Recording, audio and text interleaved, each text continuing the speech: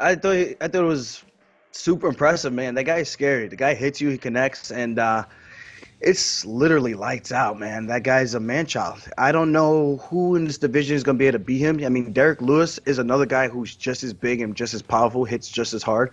Um, Arguably more athletic, I would say. And maybe I can't really say that. I don't know. Um, I think Francis Ngannou has more like raw power. I think Derek Lewis kind of moves, maybe moves better. I don't know. I just feel like Derek Lewis does. He has these ways of moving and doing things when he's actually in shape, uh, which is the very few times that he's actually been in shape. But I can't see anyone beating him anytime soon. I really can't. I just think Derek Lewis could be possibly the only guy.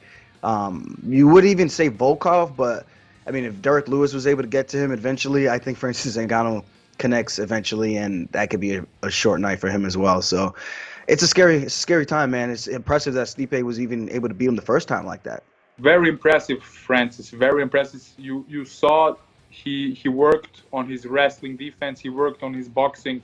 You know, the I guessing the game plan of Stipe was to wait a little bit and then to exchange punches. He did basically the first round. He didn't. I don't know if he threw one punch, and I don't know. It was very impressive, and I feel very sorry for Stipe. I like him. I like his fighting style. He did very good things in the cage, but he was also a very light heavyweight, very light heavyweight, and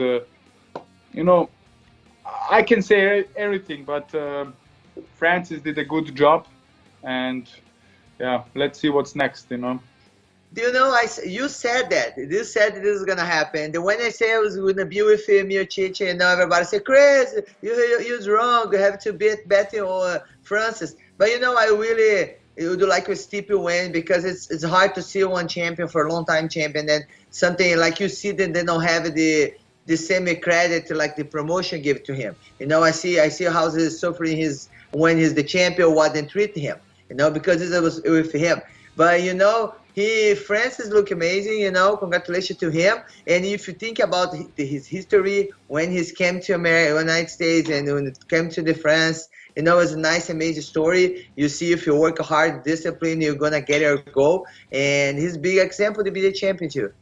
Yeah, I mean, he's shown like he grew leaps and bounds, with his grappling defense and grappling, and then his kicking, his patience. I think he's gonna be a problem for a little bit in there. He's definitely shown a lot of maturity and growth.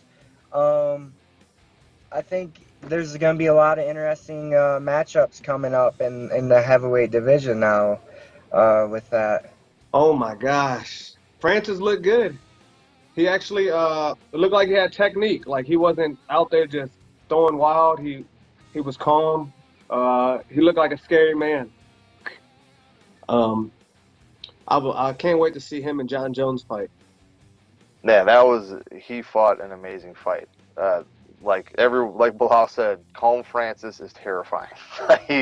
He looked like, because before, right, he said like, oh yeah, I've been working on my striking and my technique, and then he would go out and just swing as hard as he possibly could. It was kind of funny, but he actually looked like very, very technical. Not that he couldn't be before, but he was calm in the zone, picking his shots. He was kind of reading the situation, not just swinging to swing, and he just looked great.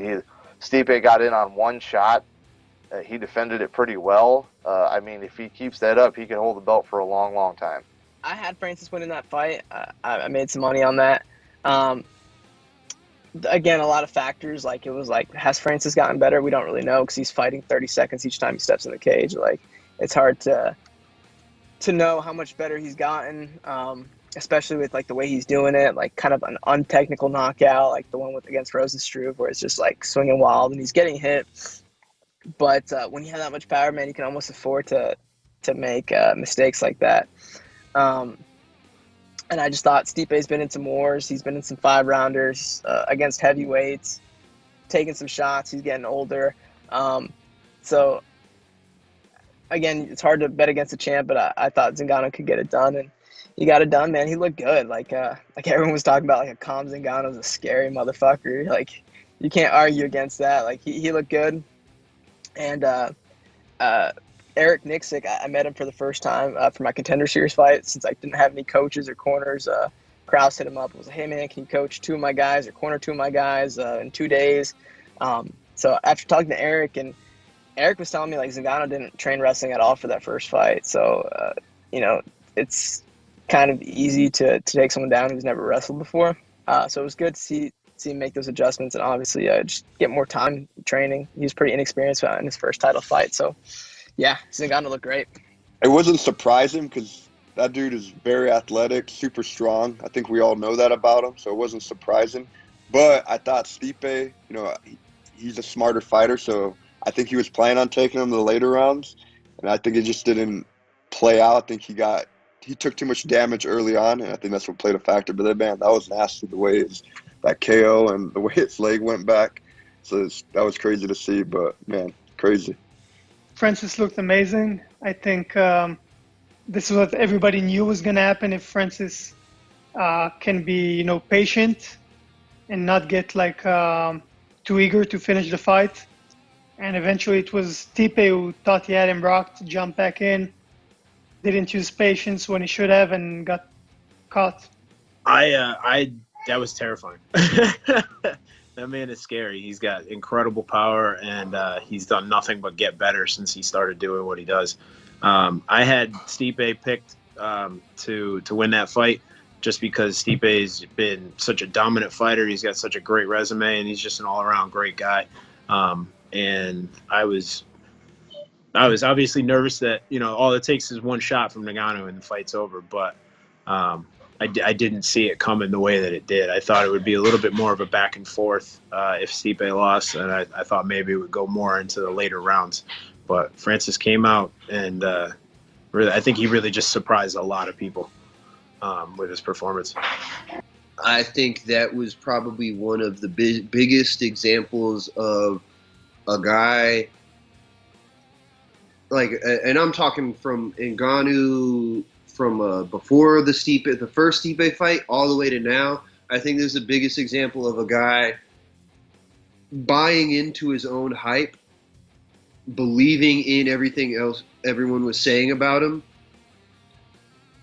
falling because of that, and then learning those lessons, actually taking the time to learn those lessons, come back, improve things, humble himself. Because normally when a guy buys into their own hype like that, you never see them turn it around. You know what I mean? It's always they tend to turn into excuses. You know what I'm saying? Rather than going and facing the fact that yeah, dude, I went in there and I thought I was gonna do it, but I didn't.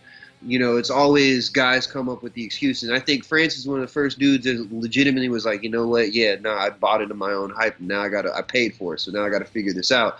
And I think that's what we saw. We saw a guy, a humble dude, go out there after learning those lessons and showing what he really is made of. And I think, you can't take anything away from Stipe because he's accomplished what he was able to accomplish in his career. But I think it's going to be very, very hard to take that belt away from a Francis Ngannou like that. You're looking for a first resort. When it comes to MMA, all around it's Lynch on sports.